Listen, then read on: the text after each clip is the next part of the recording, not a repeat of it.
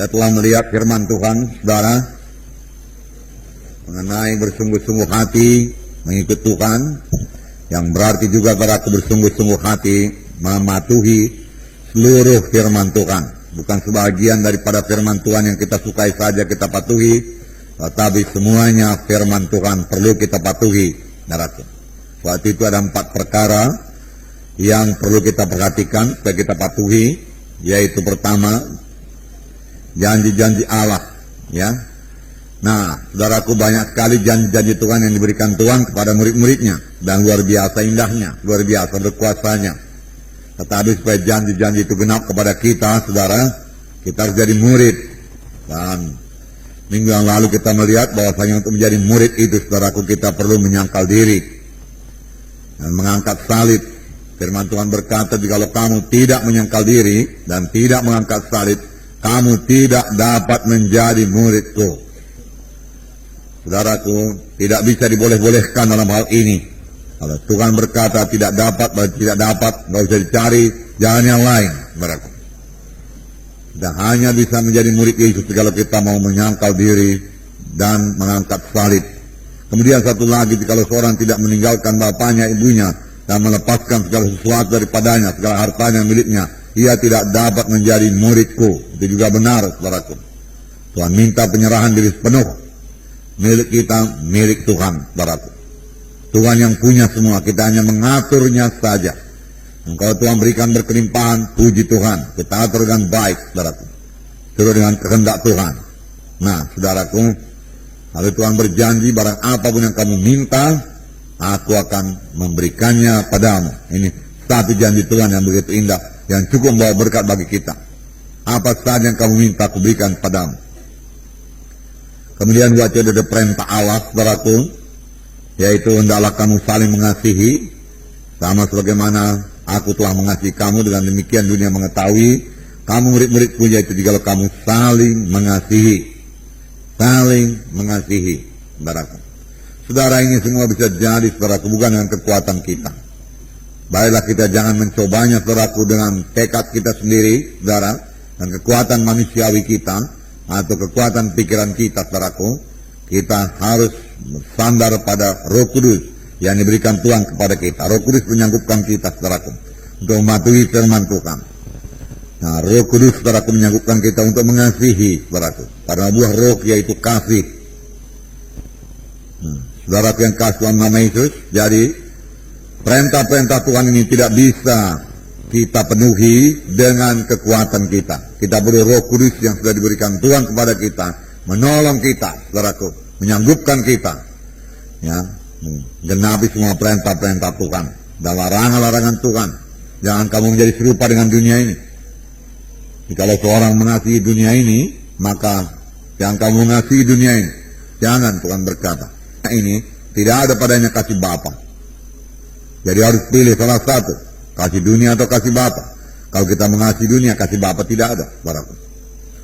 Kalau kita mengasihi Bapa, harus tidak boleh mengasihi dunia ini. Nah, itu juga, saudaraku, hanya bisa kita laksanakan, saudara, dengan kuasa Roh Kudus yang dianugerahkan Tuhan bagi kita. Kita biarkan Roh Kudus meneguhkan kita, mendiami hati kita, saudaraku, dan memimpin kita. Baru kita sanggup, saudaraku. Kemudian ada peringatan-peringatan, saudaraku, yang juga, saudaraku, hanya Roh Kudus juga, saudaraku, yang bisa mengingatkannya kepada kita. Peringatan-peringatan, awas, dia katakan, nabi-nabi palsu, dia katakan, ya, dari buahnya kamu akan mengenal dia. Tetapi dengan Roh Kudus dalam kita, Roh Kudus segera mengatakannya kepada kita. Nah, saudara, jadi semua kita perlu penuh dengan Roh Kudus, saudaraku. Memang dari mulanya Tuhan sangat menekankan padaku mengenai Roh Kudus ini, saudaraku. Mengenai Roh Kudus. Selama dia di dunia ini, dia banyak saudaraku bicara mengenai Roh Kudus. Dan murid-murid menerima Roh Kudus. Menerima Roh Kudus.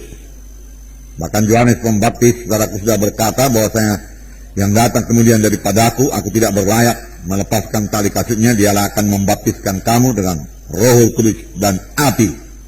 Jadi Yohanes Pembaptis sudah mengerti, saudaraku, akan Roh Kudus, saudaraku. Nah, saudara, Tuhan Yesus juga menekankan kepada murid-muridnya yang mereka menunggu di Yerusalem, saudaraku, dan supaya penuh dengan Roh Kudus. Jadi semua kita penuh dengan Roh Kudus, karena bagi kamulah perjanjian itu, dan bagi sekalian orang yang telah dipanggil Tuhan, bagi yang jauh-jauh, bagi kita lah perjanjian itu.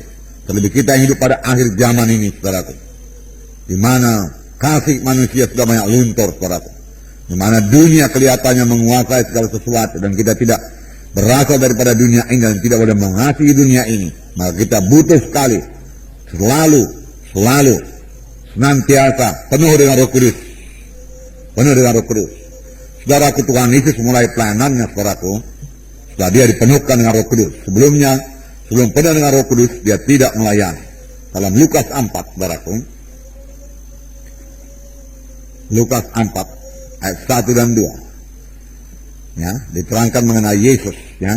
Yesus yang penuh dengan Roh Kudus kembali dari Sungai Yordan, lalu dibawa oleh Roh Kudus ke padang gurun.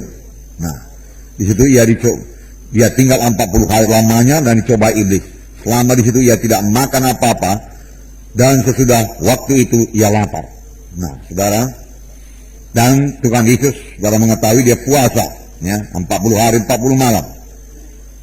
Yesus sanggup melaksanakan semua puasanya dengan baik dan sanggup mengalahkan setan, saudaraku, karena ayat pertama mengatakan dia penuh dengan Roh Kudus. Dan dia dicobai setan, saudaraku. Dan apakah senjatanya, saudaraku? Senjatanya ada tertulis. Dan setan kalah, saudaraku. Nah, kemudian dikatakan dalam ayat 14. Dalam ayat 14, dia dan tersiarlah kabar tentang dia di seluruh daerah itu. Mula-mula dia penuh dengan Roh Kudus, saudaraku. Tetapi kemudian terjadi Roh Kudus, saudaraku. Roh Kudus sudah menguasai dia, sehingga dia kembali, saudaraku, ke Galilea. Dikatakan dia kembali ke Galilea dalam kuasa Roh. Nah, saudara, demikian juga, saudaraku, dalam hidup kita, ya. Tidak cukup hanya penuh Roh Kudus, saudaraku, tanpa, saudaraku, membiarkan Roh Kudus mengatur hidup kita, memimpin hidup kita, melengkapi kita, saudaraku. Saudara, tidak sekedar penuh saja kemudian bahasa roh, tidak, saudaraku. Tetapi kita biarkan Roh Kudus memimpinkan kita.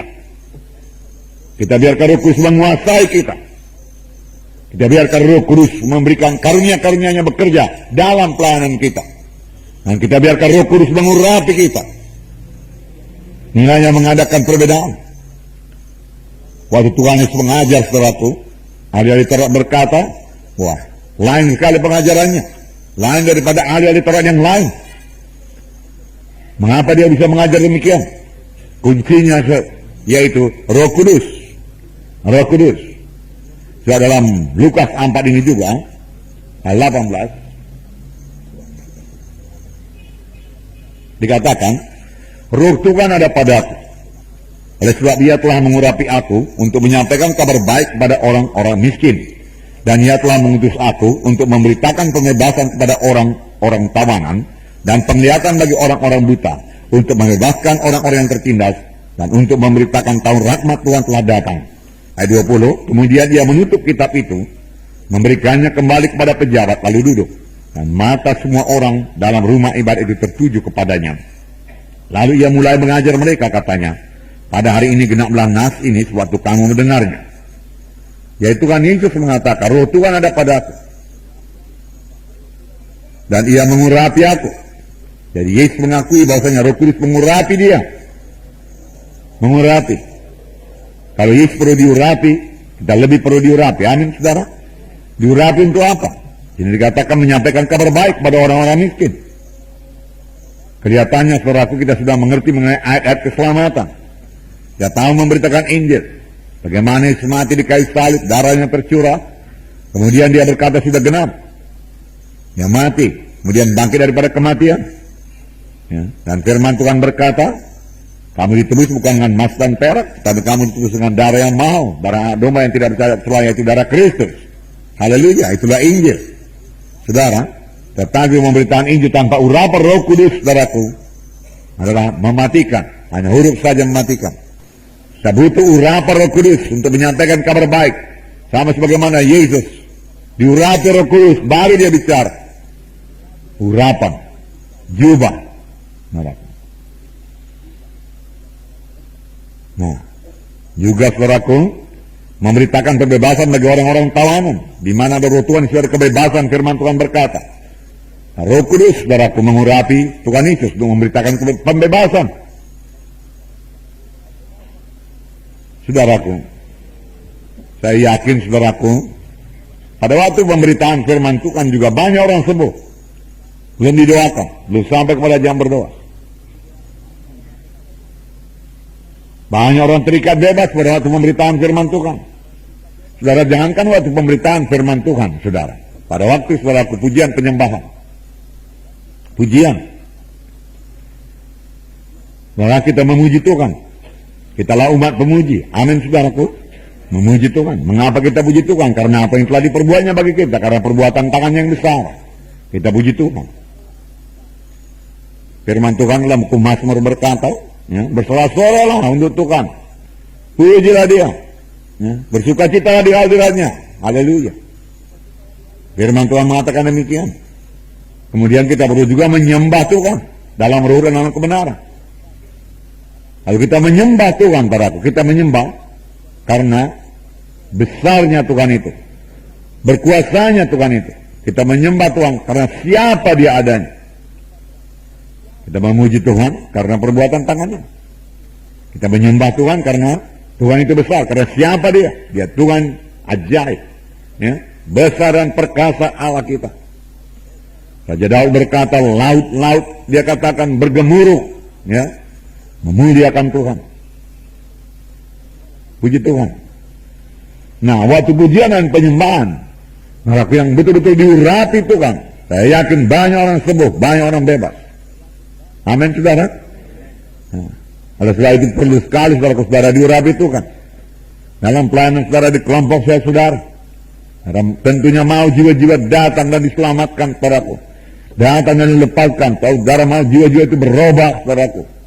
Ya, bersandarlah kepada kuasa Roh Kudus yang mengurapi saudara. Urapan sebenarnya artinya yaitu kehadiran Roh Kudus. Kehadiran Roh Kudus untuk mengurapi saudara. Kehadiran Roh Kudus untuk menjamah hati jiwa-jiwa yang hadir. Sehingga mereka mengerti firman Tuhan. Sehingga mereka menerima firman Tuhan. Sehingga mereka menerima kuasa Tuhan. Haleluya, saudara. Puji Tuhan. Jadi Yesus diurapi oleh Roh Kudus, membebaskan orang-orang yang tertindas.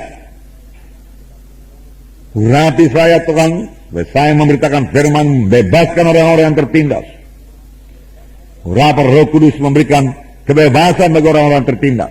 Saudara melayani, mohon. Saudara melayani dalam urapan Roh Kudus. Jangan berangkat dari kosong diurapi oleh Roh Kudus. Amin, saudara. Ya, urapan Roh Kudus. Itu yang mengadakan perbedaan. Sudah, orang yang diurapi Roh Kudus yang bisa menyelamatkan dunia ini, berat. Tetapi jangan lupa, berat. Satu perkara lagi, jangan miskin daripada firman Tuhan. Ketika kita baca Lukas pasal 4 tadi dikatakan, saudara, bahwasanya Yesus penuh dengan Roh Kudus. Lalu dengan kuasa Roh dia kembali ke Galilea. Tapi jangan lupa bahwasanya Yesus juga penuh dengan firman Tuhan. Nyatanya dia mengetahui firman Tuhan yang diucapkan oleh setan, dan dia tahu bahwasanya firman Tuhan itu tidak ditempatkan pada tempat yang sebenarnya, dan dia tahu menjawab dengan firman Tuhan dengan berkata, ada tertulis. Jadi dua perkara, saudaraku. Yesus penuh dengan Roh Kudus, Yesus penuh dengan firman Tuhan, lalu mengalahkan setan. Kadang-kadang ada anak Tuhan yang hanya penuh dengan firman, penuh dengan Roh Kudus, saudaraku, benar dengan Roh Kudus, dan dia tidak tahu firman Tuhan, sangat miskin dengan firman Tuhan. Saudara, Roh Kudus memang mengurapi dia, tapi kemudian dia jatuh pada perasaan-perasaannya, saudara. Karena dia tidak kenal firman Tuhan, tidak kaya dengan firman Tuhan. Ya, dua-dua harus saudara miliki, penuh dengan Roh Kudus dan penuh dengan firman Tuhan. Maka kemenangan saudara miliki. Haleluya, saudara. Haleluya. Nah, saudaraku, itu sebabnya Tuhan Yesus berkata, kamu harus penuh dengan Roh Kudus. Tunggulah di Yerusalem, dia katakan, sampai kamu dipenuhkan dengan Roh Kudus. Dalam Kisah 1. Kisah 1 ayat 4. Pada suatu hari, ketika ia makan bersama-sama dengan mereka, ia melarang mereka meninggalkan Yerusalem dan menyuruh mereka tinggal di situ untuk menantikan janji Bapa. Yang demikian katanya, telah kamu dengar daripadaku. Sebab Yohanes membaptis dengan air, tapi tidak lama lagi kamu akan dibaptis dengan Roh Kudus. Jangan berangkat sebelum kamu dibaptis dengan Roh Kudus.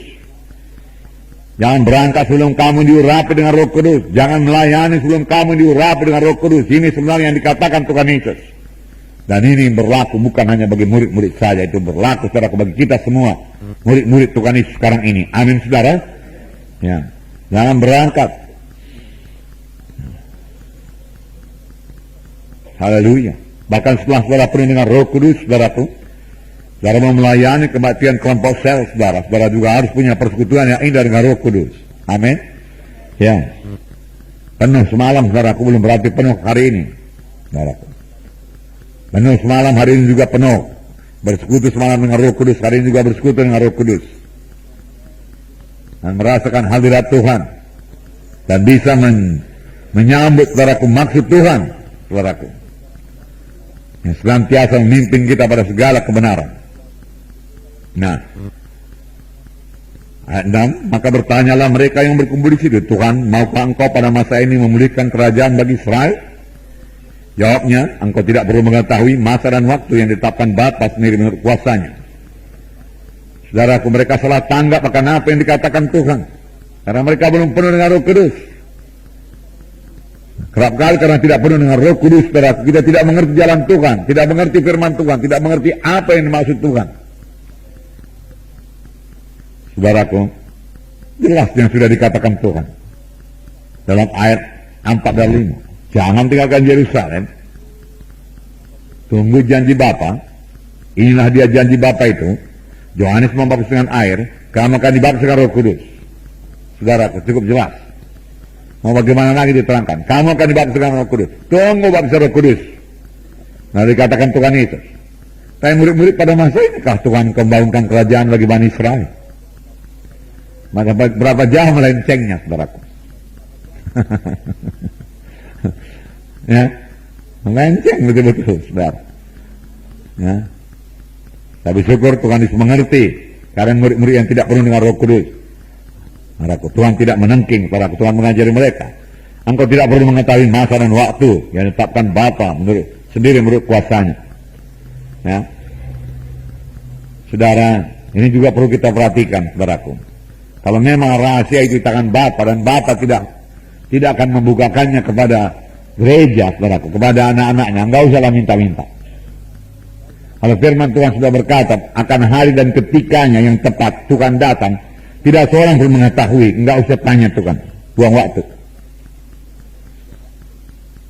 Itu rahasia Tuhan itu. Kalau Bapa sudah berkata, anak pun Tuhan sudah anak pun tidak tahu, hanya Bapa saja yang tahu, saudaraku. Mengapa kita sibuk akan hari dan ketikanya? Kapan Tuhan datang? Saudara, kerja saja yang rajin. Amin, saudara. Kerja sebagaimana yang terima, saudaraku, 5 talenta. Ya, sehingga berbuah 5 talenta. Kerja.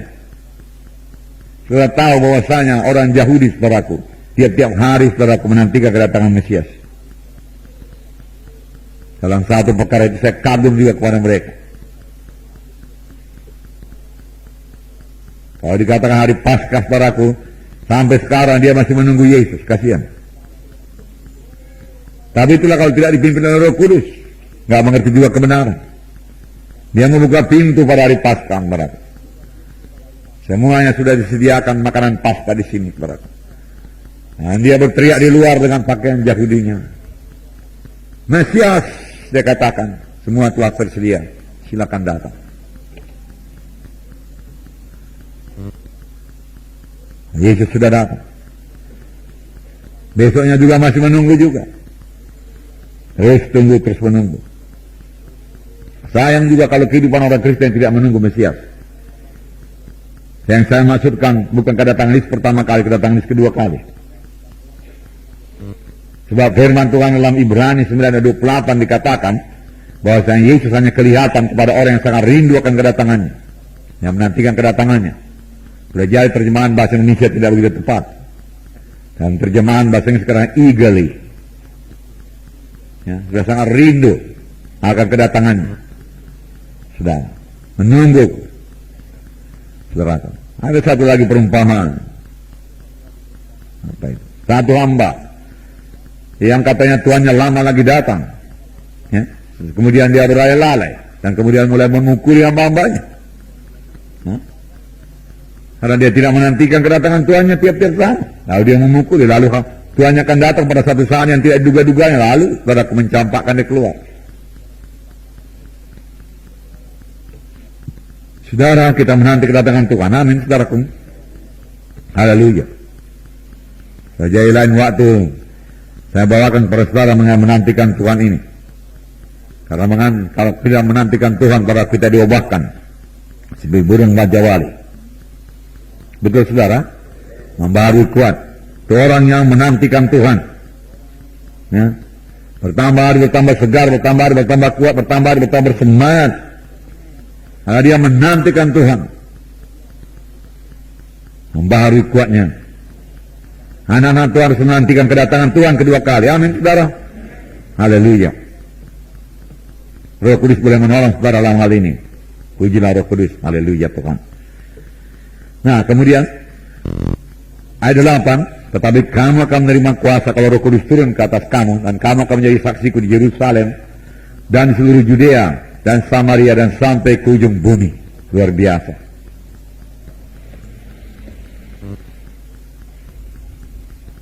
Menjadi saksi Tuhan sampai ke ujung bumi. Saya melihat dunia ini saja, saudaraku, sudah mengenal era globalisasi, terutama dalam bidang bisnis, perdagangan. Sudah. Tetapi saya melihat gereja-gereja juga bergerak, saudaraku. Mulai memikirkan, saudaraku, daerah-daerah yang belum diinjili walaupun bukan negaranya. Puji Tuhan, saudaraku. Nah, dan firman Tuhan berkata, Roh Kudus yang saudara terima di jalan Hasadunim ini, saudaraku, berkuasa mengurapi saudara sehingga saudara menjadi saksi Tuhan, saudaraku, di India sana, di Thailand sana. Amin saudara. Di Penang, saudaraku. Haleluya. Saudaraku, Penang sudah meminta, saudaraku, pengerja, saudaraku, dan juga minta supaya ada beberapa orang dari kita melayani dalam camp di sana, saudaraku. Ya. Yang kebanyakan dihadiri oleh orang Batak, saudaraku. PKI, ya, tenaga kerja Indonesia, ya, ya, jadi tenaga Kristen Indonesia.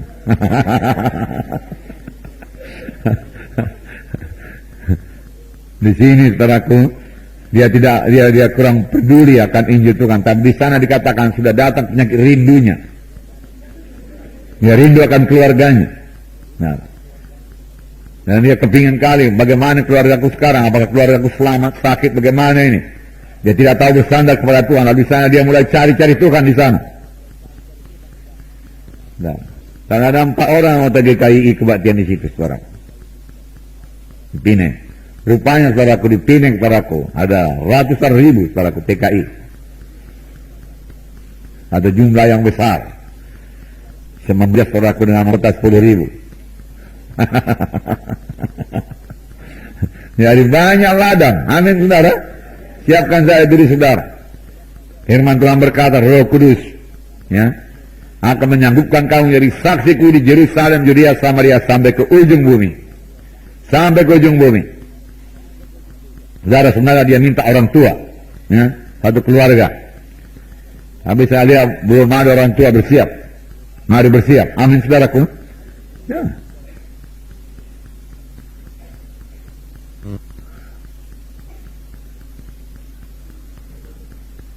Kita bernyanyi, Tuhan buka jalan, Tuhan buka jalan. Tuhan sudah buka jalan, saudara.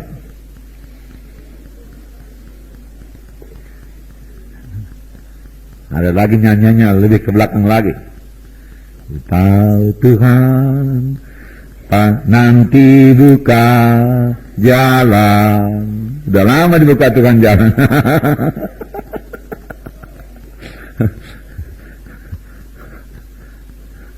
Mari kita sambut penuh Roh Kudus. Amin, saudara. Nah, saudara, memang saudaraku, kalau kita mau menjadi saksi yang berkuasa, kita harus penuh dengan Roh Kudus. Sini dikatakan, kamu akan menerima kuasa. Untuk pelajaran training kita katakan, kamu akan menerima dunamis. Ya? Kamu akan menerima gerakan Roh Kudus dalam kamu. Yang membuat kamu tidak bisa tinggal diam. Yang membuat kamu bicara. Yang membuat kamu menyala-nyala dalam kasih Tuhan. Pekerja Roh Kudus, dunamis. Ya, kamu mengadakan kejutan-kejutan, ledakan-ledakan. Dinamis. Sama seperti dinamit meledak. Mengadakan kejutan. Seharusnya kita, saudaraku, mengadakan kejutan, paling tidak pada orang sekitar kita. Karena apa? Perubahan yang ajaib terjadi bagi kita. Luar biasa perubahan ajaib. Nah, lain lagi, saudaraku, ya. Dalam Yohanes 1:12 dikatakan, ya, semua orang yang menerima dia, kepadanya diberi kuasa. Sama-sama kuasa dalam bahasa Indonesia. Tapi dalam perkataan bahasa aslinya, saudaraku, di situ dikatakan perkataan kuasa maksudnya exousia. Ya. Kepadanya diberi hak, ya, untuk menjadi anak-anak Allah.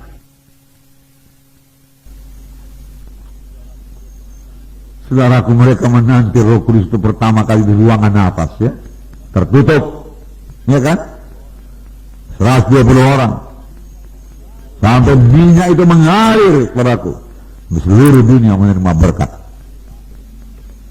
sampai sekarang. Dan Tuhan menyatakan kuasanya bertambah-tambah lagi. Nah, saudaraku, haleluya.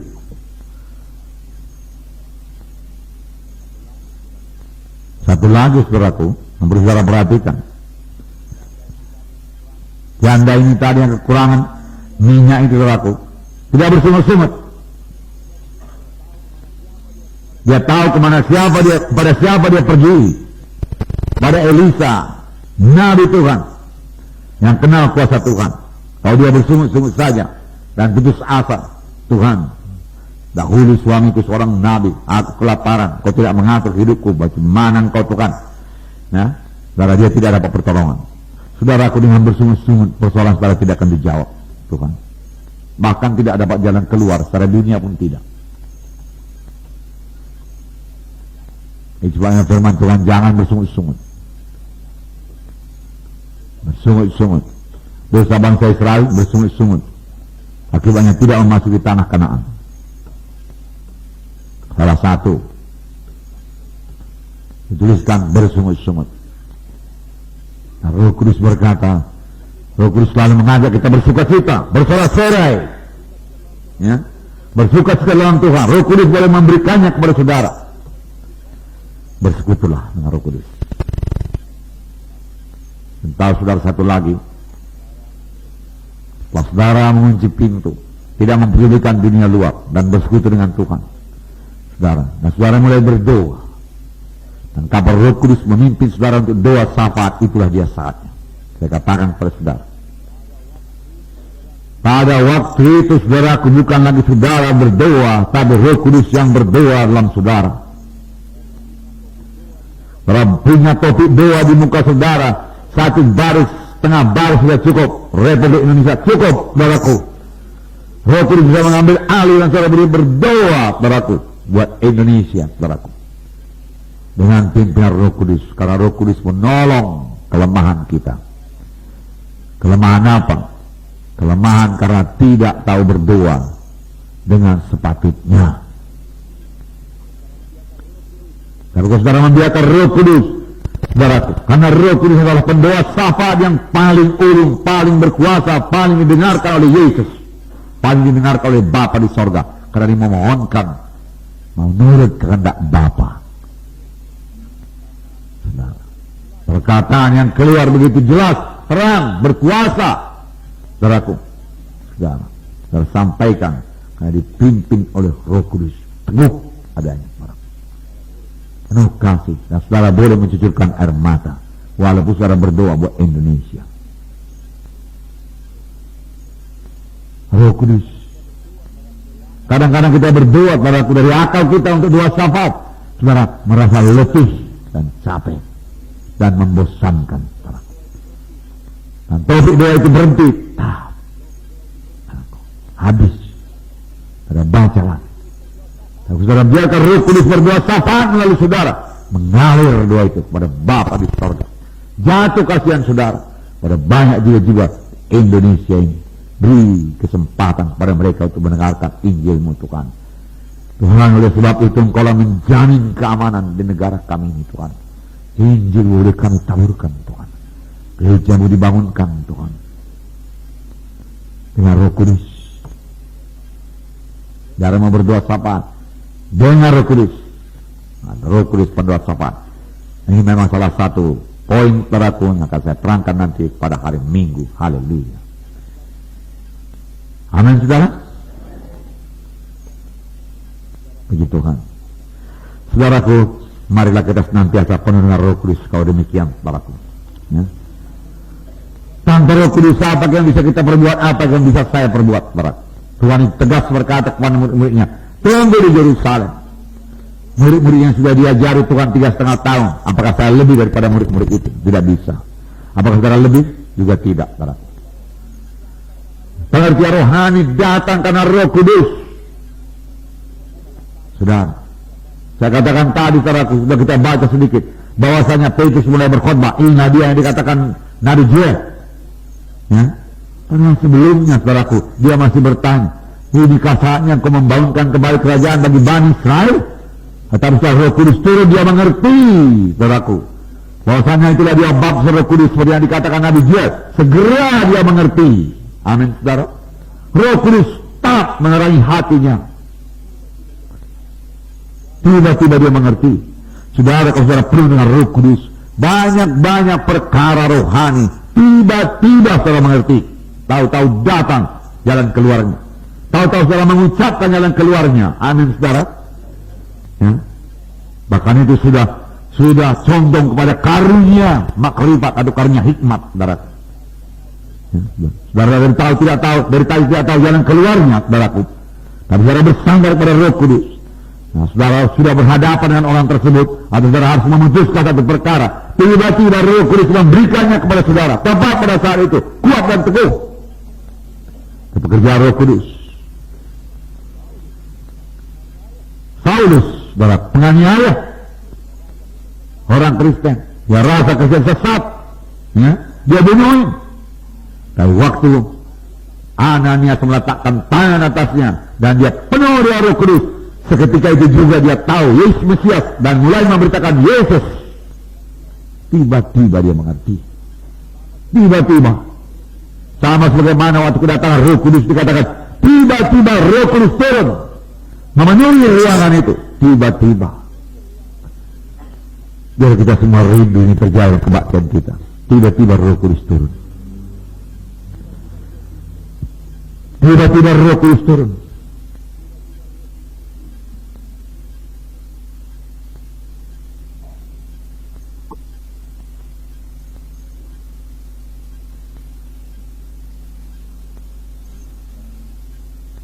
Haleluya, saudaraku. Tiba-tiba dia bisa bicara kepada saudara. Kalau saudara membuka hati, jangan membiarkan perkara-perkara duniawi, kepentingan saudara sendiri memenuhkan saudara. Saudaraku, renungkan kasih Tuhan, maka dia bicara kepada saudara. Dia pribadi, dia hidup, dia bicara. Dan tiba-tiba juga dia bisa membuat saudara bersuka cita. Amin, saudara. Roh Kudus. Mari kita berdiri, saudaraku. Haleluya.